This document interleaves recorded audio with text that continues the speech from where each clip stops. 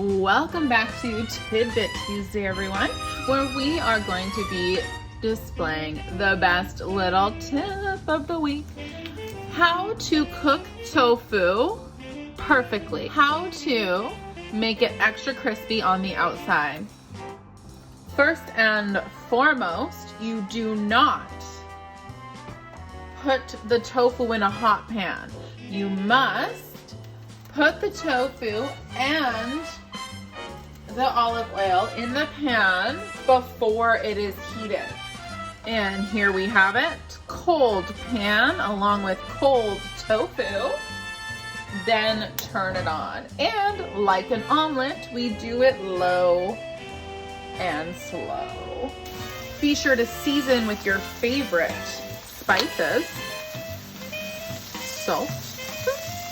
Ginger, amazing, onion powder,